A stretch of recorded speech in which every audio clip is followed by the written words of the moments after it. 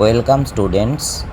আজ আমরা আমাদের ক্লাস 9-এর জীবনবিজ্ঞান বইয়ের দ্বিতীয় চ্যাপ্টার অর্থাৎ জীবন সংগঠনের স্তর, এই চ্যাপ্টারের মধ্যে যে কলা অংশটা আছে সেই কলার মধ্যে যোগকলা, পেশিকলা এবং স্নায়ুকলা সম্পর্কে এই ভিডিওতে আলোচনা করব।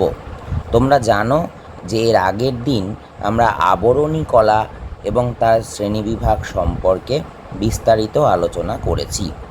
তাহলে আজকে আমরা প্রথমেই জেনে নেব যে পেশিকলা কী। মানে যে সমস্ত কলা আমাদের শরীরের বিভিন্ন হাড়ের সঙ্গে যুক্ত থাকে এবং বিভিন্ন অঙ্গ প্রত্যঙ্গকে নড়াচড়া করতে সাহায্য করে, তাদেরকেই প্রধানত আমরা পেশিকলার মধ্যে আলোচনা করব। এবার আমরা দেখে নেব যে পেশিকলা কত প্রকারের হয়। তো দেখতেই পাচ্ছ যে পেশিকলাকে গঠন এবং কাজ অনুসারে 3 ভাগে ভাগ করা হয়ে থাকে।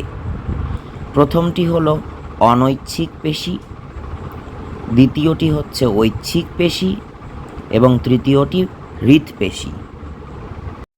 অনৈচ্ছিক পেশি সম্পর্কে আমরা যদি সোজাভাবে বুঝতে যাই তাহলে বলতে হবে যে সমস্ত পেশি নিজের ইচ্ছায় অর্থাৎ আমাদের ইচ্ছা অনুযায়ী সংকোচন এবং প্রসারণ করতে পারে না, অর্থাৎ আমাদের নিয়ন্ত্রণে থাকে না, তাদেরকেই আমরা বলছি অনৈচ্ছিক পেশি। আমরা উদাহরণ দিয়ে দেখাই তাহলে দেখো, আমরা যখন খাবার খাই তো এই হচ্ছে খাবার। তো খাবারটা মুখ দিয়ে ঢুকলো এবং মুখ দিয়ে ঢুকে কি হবে, এই যে দেখো নিচের এই লম্বা অংশটা হচ্ছে আমাদের খাদ্যনালী। তাহলে খাদ্যনালীর মধ্যে দিয়ে খাবারটা যাওয়ার সময় কি হবে, দেখো খাবারটা যে জায়গাটায় আছে সেই জায়গাটা একটু ফুলে আছে, তার নিচের অংশটা কিন্তু সরু হয়ে আছে। তাহলে ওপর থেকে নিচের দিকে চাপ সৃষ্টি হবে, তখন খাবারটা আরেকটু ভেতর দিকে ঢুকে যাবে। দেখো নিচের অংশটা ফুলে গেল আর আগের অংশটা আবার চেপে গেল। এইভাবে খাদ্যনালীর জায়গায় জায়গায় কি হবে না, নড়াচড়া করে খাদ্যটাকে নিচের দিকে ঠেলতে থাকবে। এই ধরনের খাদ্যনালীর এইরকম সংকোচন ও প্রসারণজনিত যে চলন, একে বলা হয় পেরিস্টলসিস। এটা কিন্তু একটা অনৈচ্ছিক পেশি দ্বারা নিয়ন্ত্রিত হয়। আমরা চাইলেও এই নড়াচড়াটাকে নিজেরা ইচ্ছা করে থামাতে কিন্তু কখনোই পারবো না। তাহলে কি বোঝা গেল? বোঝা গেল যে খাদ্যনালীর যে এই নড়াচড়া করে খাবারটাকে নিচের দিকে নামিয়ে নিতে সাহায্য করছে, এই নড়াচড়াটাকে কিন্তু আমরা কোনোদিনই নিয়ন্ত্রণ করতে পারবো না। আমরা যদি চাই যে এই খাদ্যনালীতে যখন খাবার যাবে এর নড়াচড়াটাকে আমরা করাবো না, সেটা কিন্তু সম্ভব না কোনো দিনই। তার মানে যে সমস্ত পেশি আমাদের কন্ট্রোলে নেই, আমাদের ইচ্ছানুযায়ী তাদেরকে সংকোচন করা যায় না, তাদেরকেই আমরা বলছি অনৈচ্ছিক পেশি। অনৈচ্ছিক পেশির একটা আলাদা নাম আছে, এটাকে বলা হয় স্মুথ মাসেল। এবার কেন বলা হয় দেখো, অনৈচ্ছিক পেশিগুলির যে পেশি কোষ তার সাইটোপ্লাজমে কোনো দাগ থাকে না। দাগ থাকে না মানে দেখো, যখন ঐচ্ছিক পেশি আমরা পড়ব তখন জানবো যে ঐচ্ছিক পেশিগুলির যে কোষ তার মধ্যে এরকম বিভিন্ন রকমের হালকা এবং গাঢ় দাগ দেখতে পাওয়া যায়, যেটা কিন্তু অনৈচ্ছিক পেশির সাইটোপ্লাজমে দেখতে পাওয়া যায় না। তাই এর অপর নাম অরেখ পেশি বা স্মুথ মাসেল, অরেখ পেশি বা স্মুথ মাসেল। আর ঐচ্ছিক পেশিতে যেহেতু দাগ দেখতে পাওয়া যায় তাই এদেরকে আমরা বলছি সরেখ পেশি, অর্থাৎ রেখা বিশিষ্ট বা রেখাযুক্ত। বুঝতে পারলে? এবার দেখো ঐচ্ছিক পেশি আমরা কাদের বলবো। তাহলে ছবিতে দেখতেই পাচ্ছ যে সকল পেশিকে আমরা আমাদের ইচ্ছা মতো, ইচ্ছা অনুযায়ী সংকোচন ও প্রসারণ করতে পারি তাদেরকেই বলা হয় ঐচ্ছিক পেশি। সাধারণত ঐচ্ছিক পেশিগুলো আমাদের হাড় বা অস্থির সঙ্গে সংযুক্ত থাকে এবং আমাদের অস্থিগুলোকে ভাঁজ করতে কিংবা সোজা হতে সাহায্য করে। যেমন ভিডিওতে দেখো যে আমাদের হাতটা ভাঁজ হচ্ছে আবার সোজা হচ্ছে, এই সময় আমাদের হাতের মধ্যে থাকা পেশিগুলোকে আমরা নিজের ইচ্ছা মতো সংকোচন ও প্রসারণ করতে পারছি এবং ডাম্বেলটাকে নিজের কাছে এবং দূরে নিয়ে যেতে পারছি। তাহলে এইভাবেই ঐচ্ছিক পেশি আমাদের সারা শরীরে হাড়ের সঙ্গে যুক্ত থেকে আমাদের হাড়গুলোকে সঞ্চালন করে আমাদের হাত পা নড়াচড়া করতে সাহায্য করে। এবার আমরা জেনে নেব হৃৎপেশি সম্পর্কে। হৃৎপেশি নাম থেকেই বুঝতে পারছো, হৃৎপেশি হলো এমন একটা পেশি যা আমাদের হৃৎপিণ্ডের মধ্যে থাকে এবং হৃৎপিণ্ডকে সংকোচন ও প্রসারণে সাহায্য করে। তোমরা জেনে রাখবে যে হৃৎপেশি কিন্তু এক ধরনের অনৈচ্ছিক পেশি, কারণ একে আমরা ইচ্ছা অনুযায়ী নিজের ইচ্ছা মতো সংকোচন বা প্রসারণ করাতে পারি না। জন্মর পর থেকে আজীবন এই পেশি নিজের ইচ্ছাতেই সংকুচিত এবং প্রসারিত হয় এবং সারা দেহে রক্ত সঞ্চালন করে।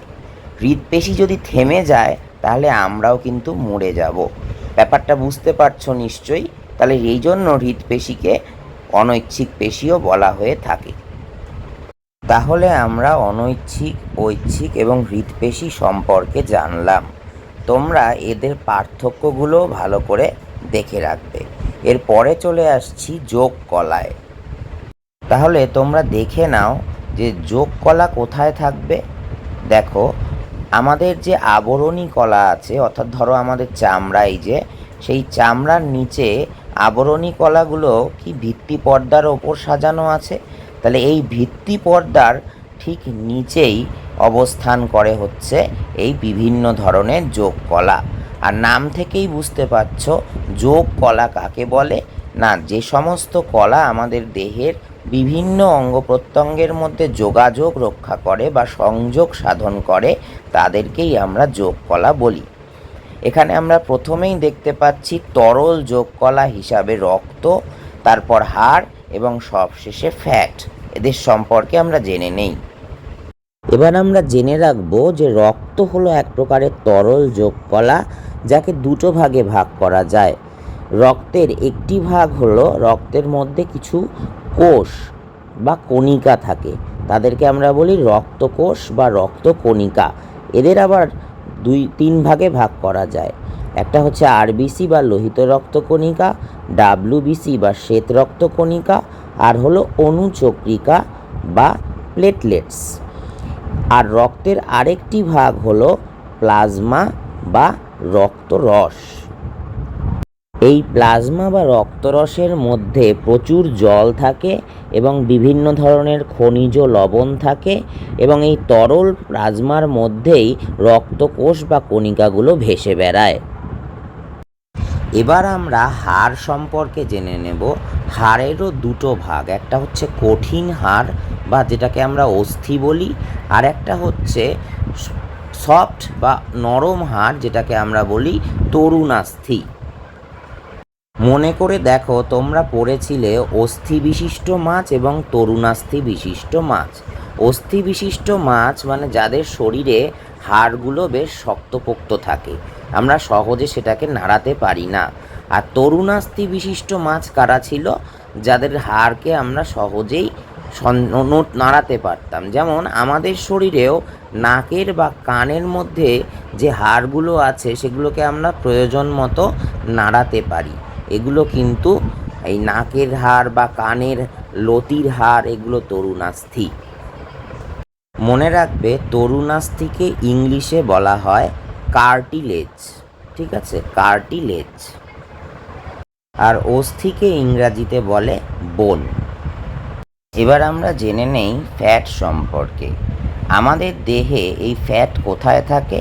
দেখো, আমাদের যে আবরণী কলা থাকে, সেই আবরণী কলা এবং তার নিচে রক্ত বা যোগ কলা, এর মাঝখানে থাকে হচ্ছে ফ্যাট কলা বা অ্যাডিপোস কলা। এই ফ্যাট কিন্তু কি করে না, তাপ নিয়ন্ত্রণে বা আমাদের শরীরকে গরম রাখতে এবং বাইরের কোনো আঘাত বা শক থেকে দেহকে রক্ষা করতে সাহায্য করে। তোমরা দেখবে যে মেরু প্রদেশে প্রচণ্ড ঠান্ডায় যে সমস্ত প্রাণীরা থাকে, যেমন মেরু ভাল্লুক, তিমি, এদের কিন্তু দেহে চামড়ার নিচে মোটা ফ্যাট বা চর্বির স্তর থাকে, যেটা তাদেরকে ঠান্ডার হাত থেকে বাঁচায়। তাহলে ফ্যাট আমাদের শরীরকে গরম রাখতে অর্থাৎ ঠান্ডা নিয়ন্ত্রণ করতে এবং বাইরের আঘাত থেকে রক্ষা করতে সাহায্য করে। এবার তোমরা দেখো যে আমরা রক্তকে যে 3টে ভাগে ভাগ করেছিলাম, তার মধ্যে একটা হলো লোহিত রক্তকণিকা বা আরবিসি, একটা হলো শ্বেত রক্তকণিকা বা ডাব্লিউবিসি, আর একটা অনুচক্রিকা। লোহিত রক্তকণিকাগুলো দেখো চ্যাপ্টা এবং গোলাকার হয়। এটা দুপাশ থেকে চ্যাপ্টা হয়, এরকম হয় কারণ লোহিত রক্তকণিকার মধ্যে নিউক্লিয়াস থাকে না। আর তোমরা জানো লোহিত রক্তকণিকার মধ্যে কি থাকে না, হিমোগ্লোবিন থাকে, যেটা একটা লৌহ ঘটিত রঞ্জক পদার্থ বা প্রোটিন। ঠিক আছে, যার জন্যই লোহিত রক্তকণিকা লাল রঙের হয়ে থাকে।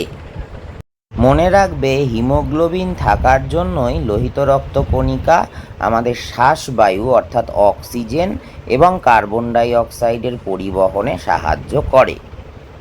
এবার দেখো আমরা জেনে নেব শ্বেত রক্তকণিকা বা হোয়াইট ব্লাড কর্পাসেল অর্থাৎ ডাব্লিউবিসি সম্পর্কে।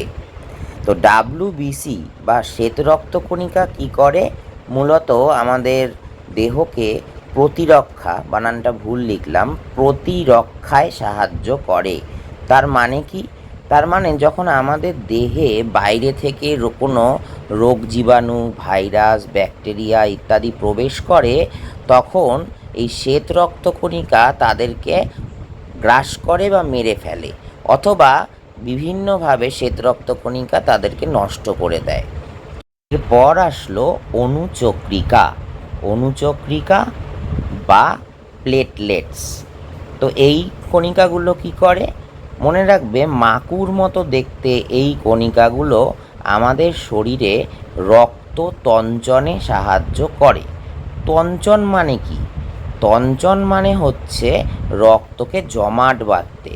ধরো তোমাদের হাতে বা পায়ের কোনো অংশ যখন কেটে যায়, তখন সেই কাটা স্থান থেকে রক্ত নির্গত হতে শুরু করে।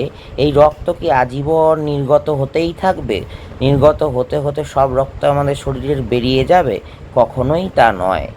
রক্ত বের হওয়ার 5 থেকে 7 মিনিট পরেই ওই কাটা স্থানের মধ্যে একটা জেলির মতো একটা আস্তরণ তৈরি হয়, যেই আস্তরণটা এই অনুচক্রিকা তৈরি করে অন্যান্য বিভিন্ন পদার্থের সহযোগিতায়।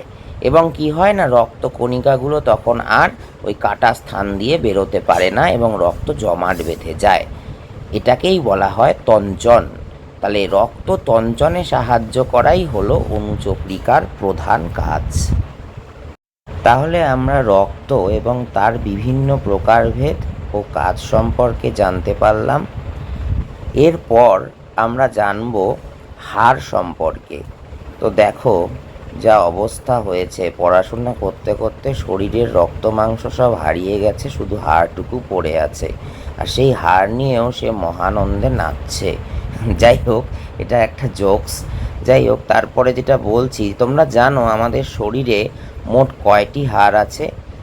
আমাদের ক্ষেত্রে মনে রাখবে যে শিশুদের ক্ষেত্রে হাড়ের সংখ্যাটা কিন্তু বেশি, ঠিক আছে, প্রাপ্তবয়স্কদের তুলনায়। শিশুদের ক্ষেত্রে কতগুলো হাড় থাকে?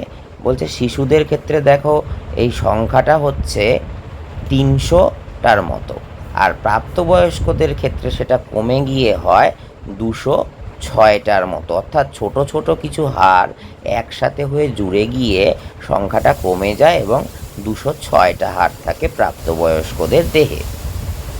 তাহলে এই হলো হাড়ের সংখ্যা।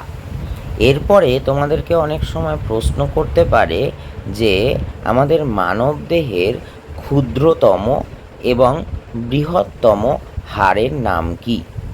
তো তোমরা মনে করে দেখো, ক্লাস 5-এ এই রকম পড়া হয়েছিল কিছু। বৃহত্তম হাড় হচ্ছে আমাদের পায়ে অবস্থিত, অর্থাৎ কোমর থেকে মালাইচাকি অবধি যে আমাদের থাই, সেই থাইয়ে অবস্থিত হাড় যেটাকে আমরা বলি ফিমার, এটা হচ্ছে আমাদের দেহের দীর্ঘতম বা বৃহত্তম হাড়। আর ক্ষুদ্রতম হাড় হচ্ছে আমাদের কানের ভেতরে অর্থাৎ অন্তঃকর্ণে ছোট ছোট 3টে হাড় থাকে, তার মধ্যে স্টেপিস নামক হাড়টা হচ্ছে সব থেকে ক্ষুদ্রতম বা ছোট হাড়। তাহলে জানা গেল বৃহত্তম এবং ক্ষুদ্রতম হাড়ের নাম। এরপরে জেনে নেওয়া যাক দুটো টার্ম সম্পর্কে। দেখো, ধরো আমাদের পায়ের মধ্যে পরপর দুটো হাড় আছে, এই একটা হাড় এবং তার ঠিক নিচেই আর একটা হাড় বসানো আছে। যদি এইভাবে হাড়গুলো শুধু থাকে তাহলে যে কোনো সময় এগুলো ভাঁজ হলে যে কোনো দিকে বেঁকে যেতে পারে। তাই জন্য আমাদের শরীরে এই হাড়গুলো পাশাপাশি যে কোনো দুটি হাড় কি হয় না, পরস্পর কতগুলো দড়ির মতো তন্তু দ্বারা যুক্ত থাকে, যাদেরকে আমরা বলি লিগামেন্ট। অর্থাৎ তার মানে দুটি হাড় পরস্পর যুক্ত থাকে লিগামেন্টের দ্বারা। আর হাড়ের পাশে হাড়ের সঙ্গে যুক্ত থাকে, অর্থাৎ হাড় এবং মাংসপেশি এই দুটো যে তন্তুর দ্বারা যুক্ত থাকে তাকে আমরা বলি টেন্ডন। ঠিক আছে, তাহলে মনে রাখবে লিগামেন্ট হলো দুটো হাড়কে যুক্ত রাখতে সাহায্য করে, আর টেন্ডন হলো একটা হাড় এবং একটা পেশির মধ্যে যে যোগাযোগ তাকেই বলা হয়। তাহলে হাড়ের সঙ্গে হাড়ের যোগাযোগ মানে হলো লিগামেন্ট, আর হাড় এবং পেশির মধ্যে যে যোগাযোগ রক্ষা হয় সেটা হয় যার দ্বারা, সেটাকে আমরা বলি টেন্ডন। তাহলে যোগ কলার মধ্যে আমরা এর আগে জানলাম রক্ত এবং হাড় সম্পর্কে। এছাড়াও আরও 2 ধরনের যোগ কলা থাকে, একটাকে আমরা বলি অ্যারিওলার যোগ কলা, আর একটা হচ্ছে অ্যাডিপোস কলা। দেখো তাহলে, অ্যারিওলার যোগ কলা আর অ্যাডিপোস, এটা ড হবে, অ্যাডিপোস কলা, এই 2 রকমের কলা হচ্ছে যোগ কলার মধ্যে আছে। অ্যারিওলার কলা এটা আবার কি বলছে, অ্যারিওলার যোগ কলা কোথায় থাকে? ধরো আমাদের এই যে স্কিনের নিচে এই যে রক্তবাহ, এই দুটোর মাঝখানে থাকে হচ্ছে এই অ্যারিওলার যোগ কলাগুলো। অর্থাৎ অ্যারিওলার যোগ কলায় যে কোষগুলো দিয়ে তৈরি সেগুলো থাকে চামড়া বা ত্বক এবং রক্তবাহের মাঝখানে। এরা কি করে না, এরা সারা দেহেই মোটামুটি এদেরকে পাওয়া যায়। এরা রক্তবাহ এবং চামড়া এর মাঝখানে সংযোগ সাধনে সাহায্য করে, সিমেন্টিং লেয়ার হিসাবে কাজ করে। মনে রাখবে, এত ডিটেলসে তোমাদের জানারও যদিও দরকার নেই ক্লাস 9-এর সিলেবাসে, তাও একটু আলোচনা করে দিচ্ছি। এই অ্যারিওলার যোগ কলার আবার একটা ভাগ আছে, সেই ভাগটাকে বলা হয় কোলাজেন। কোলাজেন তন্তু, ঠিক আছে, যেটা আমাদের শরীরের একটা খুব প্রয়োজনীয় একটা অংশ। তো যাই হোক, এরপরে আমরা দেখে নেই অ্যাডিপোস কলা সম্পর্কে। তো অ্যাডিপোস কলার আর একটা নাম হচ্ছে মেদ কলা বা চর্বি কলা। মেদ কলা কিন্তু আমাদের সারা দেহে অর্থাৎ সব জায়গায় যে অবস্থান করে বা থাকে তা নয়। মেদ কলা আমাদের শরীরের কিছু কিছু নির্দিষ্ট জায়গাতেই বেশি পরিমাণে থাকে। যেমন ধরো, মানুষের শরীরে যে কোমর অঞ্চলটা আছে সেই কোমরের জায়গাটাতে এই মেদ কলা বেশি পরিমাণে থাকে। আবার আমাদের যে হাতের উপরের অংশটা অর্থাৎ কাঁধ থেকে কনুই পর্যন্ত আপার আর্ম যেটাকে বলে, সেই অংশে মেদ সঞ্চিত হয়। এছাড়াও একইভাবে পায়ের মধ্যে যে অংশটা থাই অর্থাৎ কোমর থেকে হাঁটু অবধি, সেই অঞ্চলের যে অংশটা আছে সেখানেও কিন্তু মেদ বেশি পরিমাণে বা মেদ কলা বেশি পরিমাণে সঞ্চিত থাকে। এগুলো গেল মানুষের ক্ষেত্রে। এছাড়াও কিছু কিছু প্রাণী যেমন উটের কুঁজে কিন্তু জল থাকে না, উটের কুঁজে চর্বি সঞ্চিত এই মেদ কলাই থাকে। আবার একইভাবে তিমি, যেটা তোমাদের আগেও বললাম যে ঠান্ডার জায়গায় সমুদ্রের মধ্যে মাইনাস টেম্পারেচারে থাকে, সেই তিমির তাপমাত্রা নিয়ন্ত্রণেও কিন্তু সাহায্য করে তার শরীরের চামড়ার নিচে থাকা মোটা চর্বি স্তর, যাকে ব্লাবার বলে। তো তো এক কথায় অ্যাডিপোস কলা কিন্তু আমাদের তাপমাত্রা নিয়ন্ত্রণে সাহায্য করে, এটা মনে রাখবে। এছাড়া এই অ্যাডিপোস কলা বা মেদ কলার স্তর আমাদের দেহকে বাইরের আঘাত থেকেও রক্ষা করে। তাহলে আশা করি আমরা যোগ কলার বিভিন্ন প্রকার সম্পর্কে একটা ধারণা নিতে পেরেছি। এর পরবর্তী ভিডিওতে আমরা আলোচনা করব স্নায়ু কলা সম্পর্কে।